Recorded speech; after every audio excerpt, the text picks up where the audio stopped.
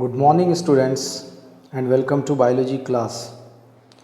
We are studying lesson number 4, molecular basis of inheritance. And our today's topic is regulation of gene expression. Dear student, in our previous lecture, I had given you these 5 questions to find out the answer of these questions. And I hope you found all the answers. Just listen the answer of these 5 questions one by one. Good morning students, हम study कर रहे हैं lesson number 4 की molecular basis of inheritance और आज का हमारा topic है रेगुलेशन ऑफ जीन एक्सप्रेशन।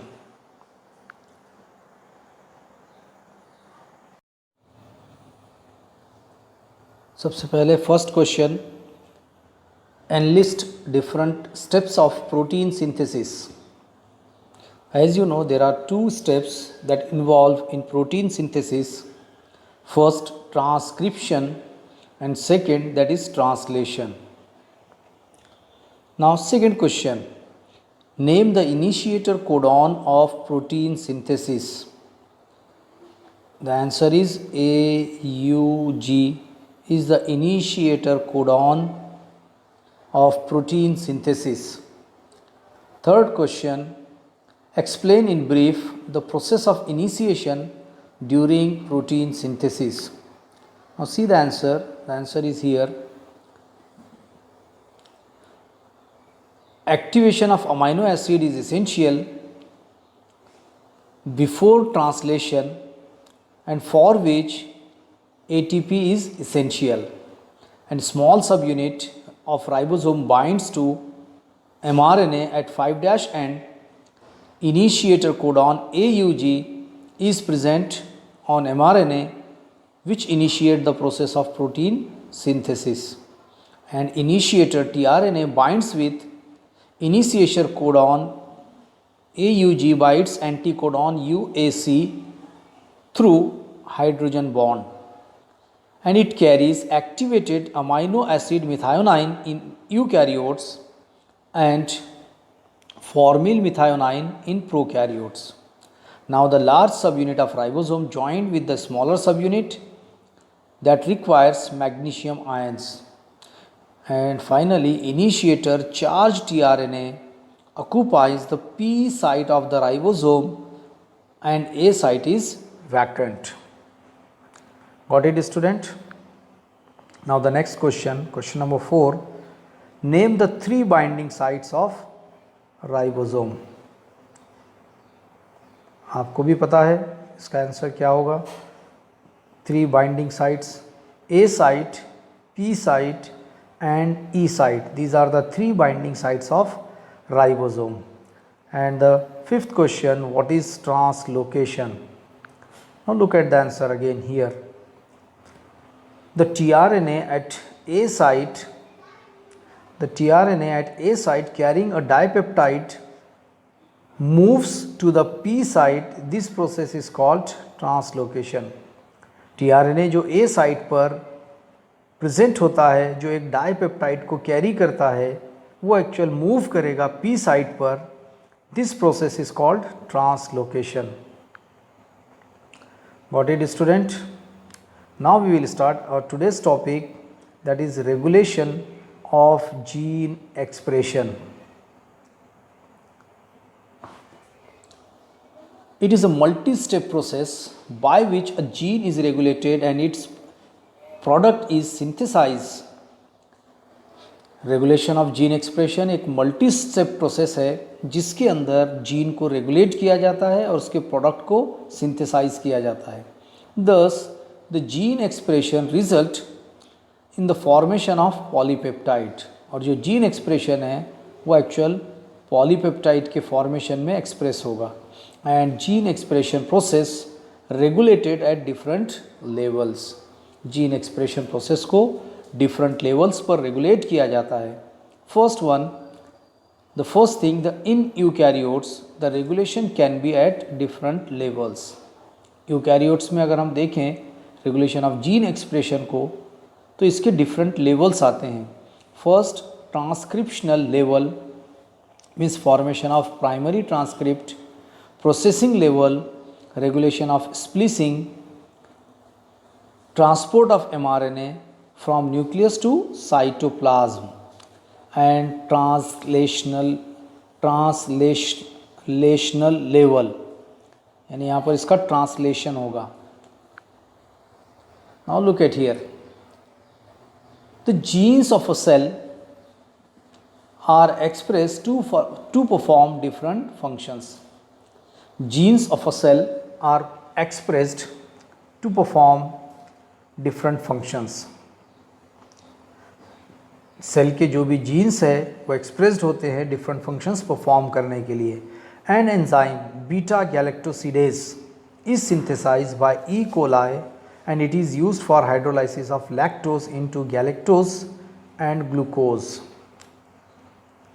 एक एंजाइम है बीटा गैलेक्टोसिडेज, ये एक्चुअल ई कोलाई में सिंथेसाइज होता है और इसका यूज़ है लैक्टोज को हाइड्रोलाइज करना, हाइड्रोलाइसिस ऑफ लैक्टोज, और ये लैक्टोज एक्चुअल कन्वर्ट हो जाएगा गैलेक्टोज एंड ग्लूकोज में। आप यहाँ पर रिएक्शन के थ्रू देख सकते हैं, lactose with the help of beta galactosidase plus H2O और in the presence of water it convert into galactose plus glucose. Got it, student? If E. coli bacteria do not have lactose in the surrounding medium as a source of energy, then enzyme beta galactosidase is not synthesized. अगर E. coli bacteria में lactose उसके surrounding medium में present नहीं होगा तब enzyme beta galactosidase synthesize नहीं होगा। So it is the metabolic और फिजियोलॉजिकल और environmental condition that regulate expression of genes. और ये एक मेटाबॉलिक या फिजियोलॉजिकल या इन्वायरमेंटल कंडीशन है, इसलिए कि सराउंडिंग मीडियम में actual look at here lactose अगर एब्सेंट होता है तो बीटा गैलेक्टोसिडेज प्रोड्यूस या सिंथेसाइज नहीं होगा। इसीलिए ये मेटाबॉलिक या फिर फिजियोलॉजिकल और इन्वायरमेंटल कंडीशन पर डिपेंड करेगा और which regulate the expression of gene. The development and differentiation of embryo into an adult organism is also as a result of coordinated regulation और expression of several sets of gene. अगर हम development and differentiation of embryo देखें into adult कोई भी organism में, then it also a result of, और ये actual result है कोऑर्डिनेटेड रेगुलेशन और expression of several set of genes का, यानी एम्ब्रियो का अडल्ट में कन्वर्शन, डिफ्रेंसिएशन, ये actual several set of gene की वजह से होगा। Now it has to understand, now one has to understand and know the mechanism by which the organism regulate gene expression in response to change in the environment. अब ये हमारे लिए understand होना बहुत ज़रूरी है, या हम इजीली अंडरस्टैंड हो सकते हैं कि जो मैकेनिज़्म है जिसके ज़रिए ऑर्गेनिज़म जीन एक्सप्रेशन करते हैं in response to change in the environment, यानी ये एक्चुअल इन्वायरमेंट पर डिपेंड करेगा। If so whether the single mechanism exist for regulation of the expression of different genes और सेट ऑफ जीन्स, और the different genes are regulated by the different mechanism.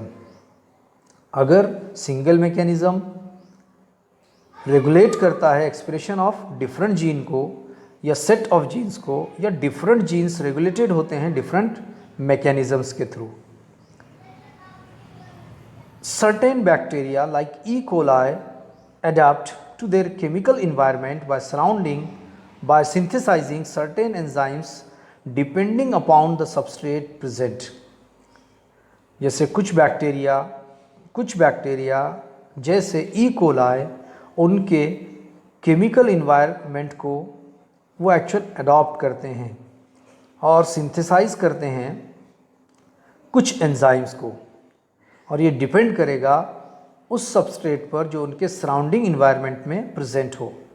Such adaptive enzyme is called inducible enzyme, और वो enzyme actual inducible enzyme कहलाएगा जिसको E coli bacteria environment से उसको क्या करेंगे, अडॉप्ट करेंगे और सिंथेसाइज करेंगे एंजाइम्स को। तो ये enzyme adaptive enzyme actual inducible enzyme कहलाएगा। And a set of genes will be switched on when there is a necessity to metabolise a new substrate, और कुछ set of genes switched on होते हैं उस वक्त जब किसी न्यू सबस्ट्रेट को मेटाबोलाइज करना हो या उसकी ज़रूरत हो। This phenomenon is called as induction, और इस फेनामेनन को हम इंडक्शन बोलेंगे। And a small molecule responsible for this is known as inducer, और इसके लिए जो स्मॉल मॉलिक्यूल रिस्पॉन्सिबल है इस फेनामेनन के लिए, that is called as inducer. It is positive control, और ये कंट्रोल कैसा है, पॉजिटिव कंट्रोल है। यानी एक्चुअल कुछ एडेप्टिव जीन्स जो इंड्यूसिबल एडेप्टिव एंजाइम्स जो इंड्यूसिबल एंजाइम कहलाते हैं, ये एक्चुअल एक सिंगल मैकेनिज्म के थ्रू कंट्रोल किए जाते हैं। एंड कभी कभी अ सेट ऑफ जीन्स ये स्विच ऑन होते हैं मेटाबोलाइज करने के लिए न्यू सबस्ट्रेट को, और इस फेनामेनन को हम इंडक्शन बोलेंगे, और जो स्मॉल मॉलिक्यूल इसके लिए रिस्पॉन्सिबल है वो रहेगा इंड्यूसर, और ये पॉजिटिव कंट्रोल है। Got it student? Do you know, जैसे हमने ऊपर पॉजिटिव कंट्रोल देखा है, तो नेगेटिव कंट्रोल क्या है ये हमको समझना है। The repressible regulation of gene is seen when the end product of biosynthetic pathway like amino acid is provided in the medium। अगर end product gene, look at here, repressible regulation of gene is seen। कुछ cases में हमको repressible regulation दिखेगा जब जो and product है biosynthetic pathway का, जो अमाइनो एसिड है एक्चुअल ये प्रोवाइड किया जाता है मीडियम में, और at this time the internal biosynthesis of amino acid stops. जो मीडियम में मीन्स आउटसाइड अगर अमाइनो एसिड प्रेजेंट होगा तो इंटरनल जो बायोसिंथेसिस ऑफ अमाइनो एसिड है वो स्टॉप हो जाएगा। इट इज़ निगेटिव कंट्रोल, और ये एक निगेटिव कंट्रोल है। So the metabolite means amino asset turns of a set of jeans involve in producing that metabolite, और इसीलिए ये मेटाबोलाइट या अमाइनो एसिड टर्न ऑफ करता है सेट ऑफ जीन्स को जो इन्वॉल्व है मेटाबोलाइट प्रोडक्शन में, and this is called feedback repression, और इसी को हम बोलेंगे feedback repression. Now the next operon concept.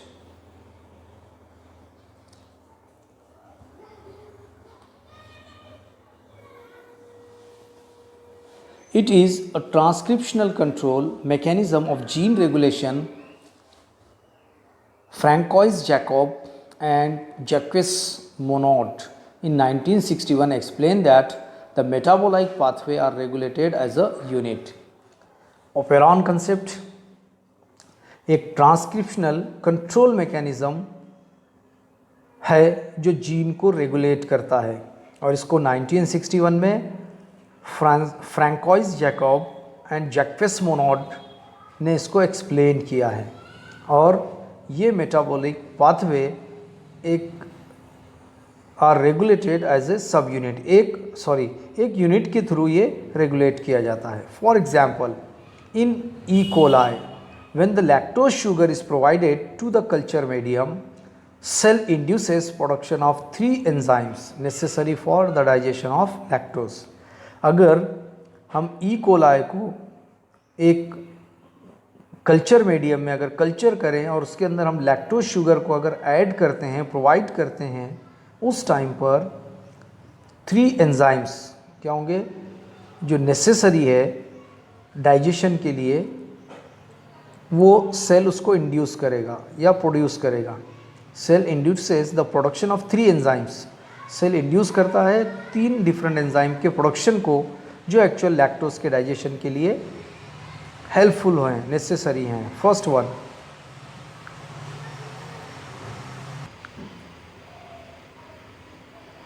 Beta galactosidase digest lactose into galactose and glucose. पहला एंजाइम जो बीटा गैलेक्टोसिडेज है, ये एक्चुअल प्रोड्यूस होगा तो ये लैक्टोज को गैलेक्टोज और ग्लूकोज में कन्वर्ट करेगा। Second, beta galactoside permease, it permit lactose molecule to enter into the cell, और ये परमिट करेगा लैक्टोज मॉलिक्यूल को कि वो एंटर हो सेल के अंदर। एंड ट्रांस एसिटिलेज और beta galactoside acetyl transferase, this transfer an acetyl group from acetyl CoA to galactoside. और ये जो तीसरा एंजाइम है ट्रांस एसिटिलेज, ये ट्रांसफ़र करता है एसिटिल ग्रुप को एसिटिल CoA से, मीन्स को एंजाइम ए से, टू गैलेक्टोसाइड, और ये गैलेक्टोसाइड को ट्रांसफ़र करेगा। Now the synthesis of these 3 enzymes is controlled by a long segment of DNA known as operon। और ये 3 एंजाइम का जो कंट्रोल है लॉन्ग सेगमेंट ऑफ डीएनए पर, या लॉन्ग सेगमेंट ऑफ डीएनए जो इसको कंट्रोल करता है, that is operon. Synthesis of these 3 enzyme is controlled by long segment of DNA known as operon. DNA का वो लॉन्ग सेगमेंट जो 3 एंजाइम के सिंथेसिस को कंट्रोल करेगा, उसको हम ओपेरॉन बोलेंगे। It consist of operator O, 3 structural gene Z, Y and A, and the action of structural gene is regulated by operator site with the help of repressor protein। इसके अंदर एक operator ओ site होता है और structural genes Z, Y, A होते हैं, and जो action of structural gene है वो रेगुलेट किया जाता है ऑपरेटर साइट से। किसकी मदद से? एक प्रोटीन की मदद से, उसको हम रिप्रेसर प्रोटीन बोलेंगे। अब रिप्रेसर प्रोटीन क्या है, कैसे प्रोड्यूस होता है? Repressor protein is produced by the action of gene I inhibitor known as regulator gene. ये जो रिप्रेसर प्रोटीन है ये प्रोड्यूस होता है आई जीन के थ्रू, जिसको हम इनहिबिटर जीन बोलेंगे या फिर regulator gene. Next, the gene expression depends on whether the operator is switched on और स्विच्ड ऑफ। और जो भी जीन का एक्सप्रेशन है ये डिपेंड करेगा उस ऑपरेटर पर कि वो स्विच्ड ऑन है या स्विच्ड ऑफ है। ऑपरेटर साइट ओ, अगर ये स्विच्ड ऑन है या स्विच्ड ऑफ है तो इस पर डिपेंड करेगा जीन का expression. Now look at here, if the operator is switched on, the 3 genes Z, Y, A are transcribed by tRNA polymerase into a single mRNA। और अगर ये ऑपरेटर साइट स्विच्ड ऑन है तो 3 जो structural genes है Z, Y और A, ये transcribed होते हैं RNA पॉलीमरेज के थ्रू सिंगल mRNA में, and each structural gene is known as, generally known as cistron, and the transcribed long mRNA covering various cistron is known as polycistronic। और इस structural gene को हम generally क्या बोलेंगे? Cistron. और ऐसा mRNA जिस पर डिफरेंट और वेरियस सिस्ट्रॉन प्रेजेंट हो, मीन्स स्ट्रक्चरल जीन प्रेजेंट हो, इसको हम बोलेंगे पॉलीसिस्ट्रॉनिक। नाउ स्विचिंग ऑन और switching off of the operator is achieved by a protein called repressor। अब ये स्विच ऑन और स्विच ऑफ की जो प्रोसेस है ये एक ऑपरेटर के थ्रू और एक प्रोटीन के थ्रू, जिसको हम बोलेंगे जो ऑपरेट करता है उसको हम रिप्रेसर बोलेंगे। स्विचिंग ऑन और switching off the operator is achieved by a protein called repressor. Operator switch on या स्विच ऑफ की जो प्रोसेस है उसको अचीव करता है एक प्रोटीन के through, that is repressor. And when this protein is attached to the operator and blocks it, the switch is turned off. और जब ये प्रोटीन ऑपरेटर से अटैच होता है और उसको ब्लॉक करता है तो उस टाइम पर स्विच ऑफ हो जाता है and structural genes are not expressed. और उस टाइम पर जो एक्सप्रेशन ऑफ स्ट्रक्चरल जीन है वो एक्सप्रेस्ड नहीं होंगे। Got it student? Now the next topic that is lac operon. Lactose or lactoperon of E. coli is inducible operon, and the operon is switched on when a chemical inducer lactose is present in the medium. Lactose या lactoperon ये E. coli के अंदर inducible operon है। ये E coli का inducible operon है जो induced करता है प्रोसेस को। And the operon is switched on when a chemical inducer lactose is present in the medium. और ये ओपेरॉन स्विच्ड ऑन होगा उस वक्त में जब एक केमिकल इंड्यूसर लैक्टोज प्रेजेंट होगा उस मीडियम के अंदर।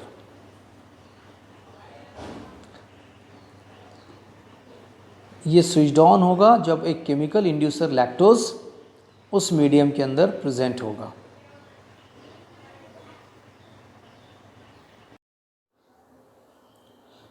लैक्टोपेरॉन कंसिस्ट ऑफ फॉलोइंग कंपोनेंट्स। और जो लैक्टोपेरॉन है वो फॉलोइंग कंपोनेंट्स में कंसिस्ट है। First one regulator gene, second promoter gene, operator gene, structural gene and inducer.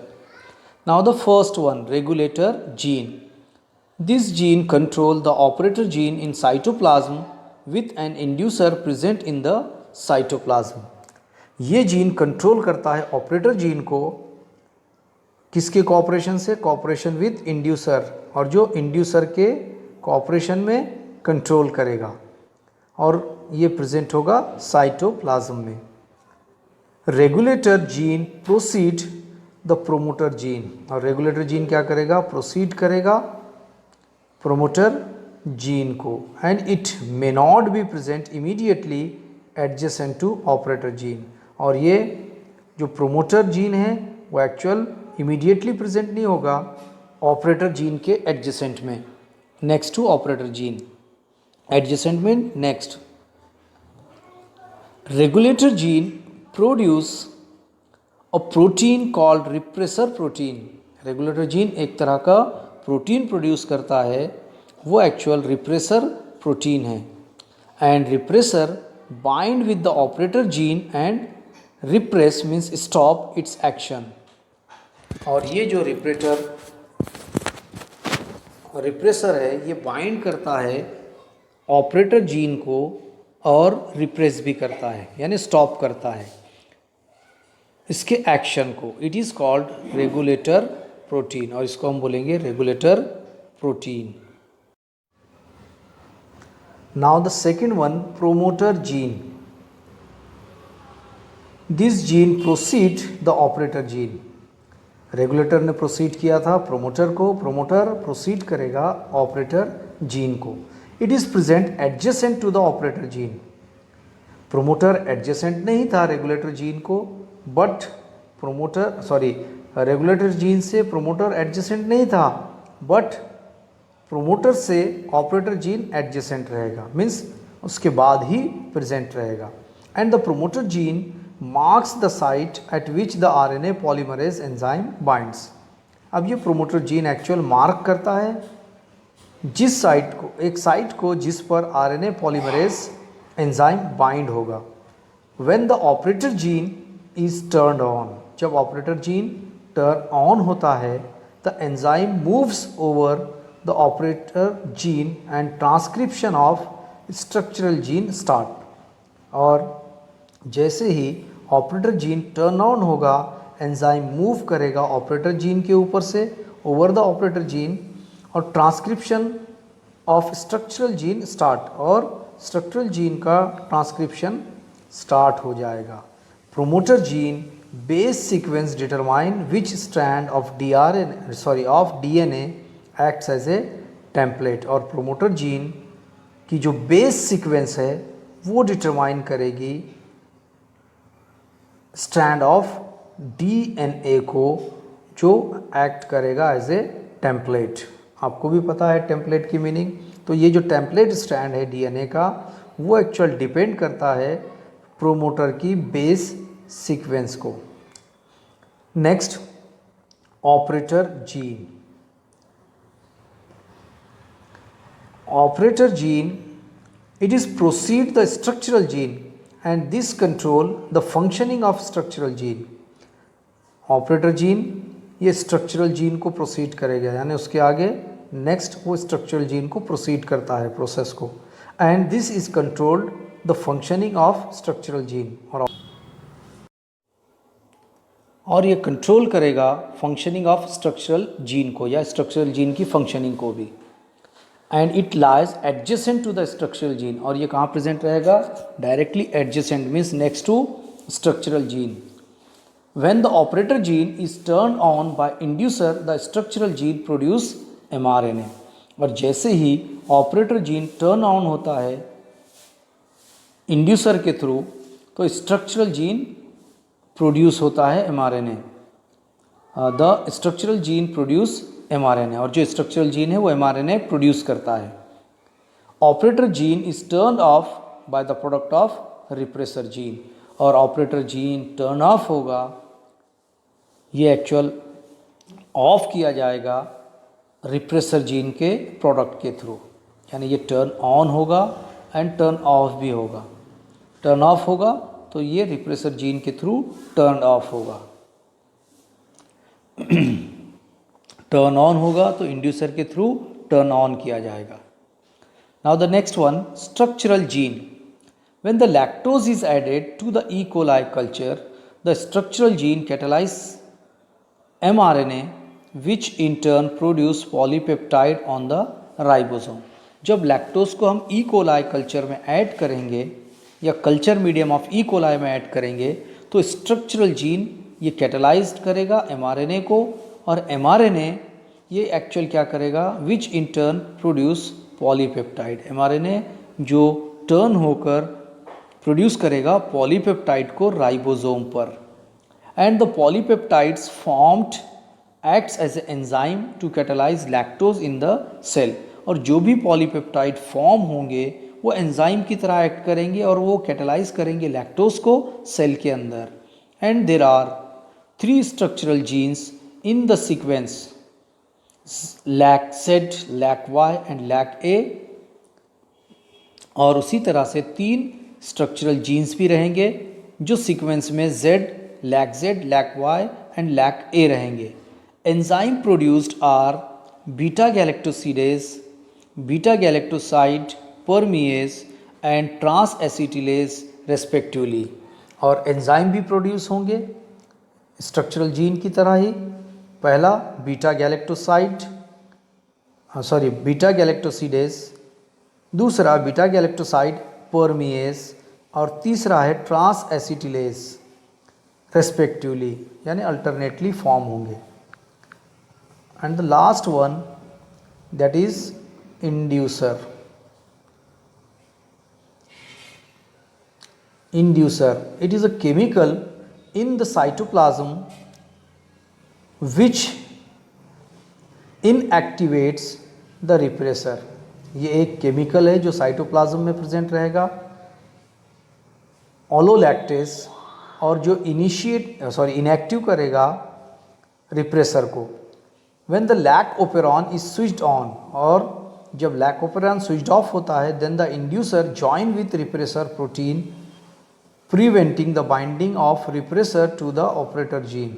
और जैसे ही लैक ओपेरॉन स्विच्ड ऑन होता है तो इंड्यूसर ज्वाइन करेगा रिप्रेसर प्रोटीन को, जो प्रिवेंट करेगा बाइंडिंग ऑफ रिप्रेसर को with operator gene, and so the operator gene is free and now enzyme RNA polymerase can move from promoter to structural gene via operator gene, और operator gene free हो जाता है, so the operator gene is free. और जो enzyme RNA polymerase है ये move करता है प्रोमोटर से स्ट्रक्चरल जीन किसके थ्रू, वाया ऑपरेटर जीन की। Got it student? Now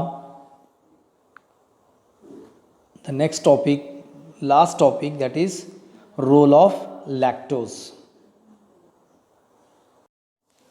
Role of lactose. A few molecules of lactose enter into the cell by the enzyme permease.